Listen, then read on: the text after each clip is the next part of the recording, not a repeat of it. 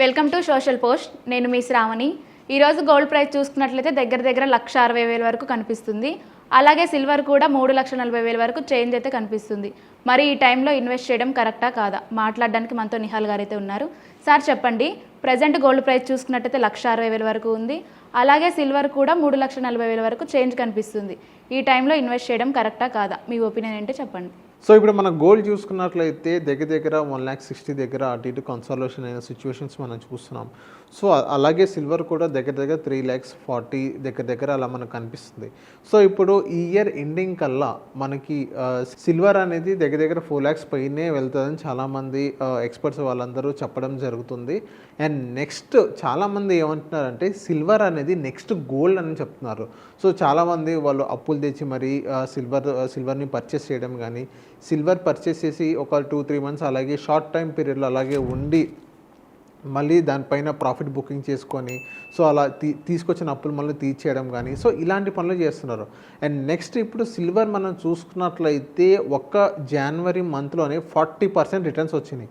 అదే మనం డిసెంబర్లో ₹1,00,000 అనేది సిల్వర్ మనం కొనుక్కున్నట్లయితే ఈ జనవరి ఎండింగ్ నాటికి 1,40,000 అనేది ఇప్పుడు ప్రజెంట్ సిచ్యువేషన్లో 1,40,000 అనేది ఎర్న్ చేస్తాం. సో అంతలా 40% రిటర్న్స్ అనేది ఇవ్వడం జరిగింది సిల్వర్.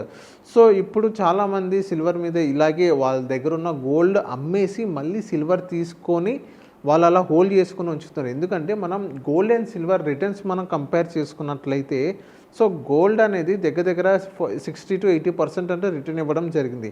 అదే సిల్వర్ చూసుకున్నట్లయితే 140-150 వరకు రిటర్న్స్ అంటే ఇవ్వడం జరిగింది. సిల్వర్ ఎక్కువ రిటర్న్స్ ఇచ్చింది కదా, సో గోల్డ్ని అమ్మేసి సిల్వర్ని పర్చేస్ చేస్తున్నారు. సో అలాంటి సిచ్యువేషన్స్ అనేది చేయకూడదు. ఎందుకంటే సిల్వర్లో వాలటాలిటీ చాలా ఎక్కువ ఉంటుంది. సిల్వర్ ఇప్పుడు పర్చేస్ చేశారు, ఒకేసారి అది పడిపోయినా ఒక 20-30% పడిపోయినా మీరు చూస్తూ ఊరుకోలేరు. మీకు అంత డైజెస్ట్ అవ్వలేదు అనమాట. సో అందుకనే ఇప్పుడు సిల్వర్ మీద ఇన్వెస్ట్మెంట్ చేసేటోళ్ళు చాలా జాగ్రత్త చేయాలి. సిల్వర్ ఎందుకు పెరుగుతుందో అదొక ఇండస్ట్రియల్ మెటీరియల్. అది కొన్ని గ్లోబల్ అన్సర్టనిటీస్ వల్ల సిల్వర్ అనేది పెరుగుకుంటూ పోతుంది. సో ఎవరైతే సిల్వర్ మీద ఇన్వెస్ట్మెంట్ చేయాలనుకుంటున్నారో వాళ్ళు కొంచెం ఆచితూచి ఇన్వెస్ట్మెంట్ చేయాలి అని నేను చెప్తాను. అండ్ నెక్స్ట్ ఇప్పుడు గోల్డ్ గురించి వచ్చినట్లయితే గోల్డ్ అనేది ఇప్పుడు గ్రాడ్యువల్గా పెరుగుకుంటూ పోతుంది. సో ఇప్పుడు గోల్డ్ అనేది ఇప్పుడు 1,57,000 1,60,000 దగ్గర అటు ఇటు కన్సాలేషన్ స్టేజ్లో ఉంది. సో ఇప్పుడు గోల్డ్ అనేది మెల్లమెల్లగా పెరుగుకుంటూ పోతుంది. అది సిల్వర్ లాగా హ్యూజ్ కాదు. సిల్వర్లో వాలటాలిటీ ఎక్కువ ఉండేది, అదే గోల్డ్ అయితే వాలటాలిటీ అని చాలా తక్కువలో ఉండేది. సో ఇప్పుడు లాస్ట్ ఒక 10 years మనం చూసుకున్నట్లయితే 2012-2008 ఆ సిచ్యువేషన్స్లో మనం చూసుకున్నట్లయితే కమోడిటీస్ గోల్డ్ అనేది అంత హ్యూజ్ రిటర్న్స్ అనేది ఇవ్వలేదు. సో మొన్న 2018 తర్వాత గోల్డ్ అనేది మంచి రిటర్న్స్ అంటే ఇవ్వడం జరిగింది. సో ఇదొక సైకిల్ అనమాట. సో చాలామంది వాళ్ళ ఈక్విటీ మార్కెట్ నుంచి మళ్ళీ కమోడిటీ మార్కెట్కి చేంజ్ అవ్వడం జరిగింది. సో ఎందుకు అదొక సైకిల్. ఇప్పుడు community market is a king. So ఇప్పుడు వాళ్ళే రూల్ చేస్తున్నారు మార్కెట్ మొత్తం. సో అంత హ్యూజ్ వాలటాలిటీ ఎక్కువ సో అంత హ్యూజ్ డిమాండ్ ఉంది ఇందులో మన కమోడిటీస్లో.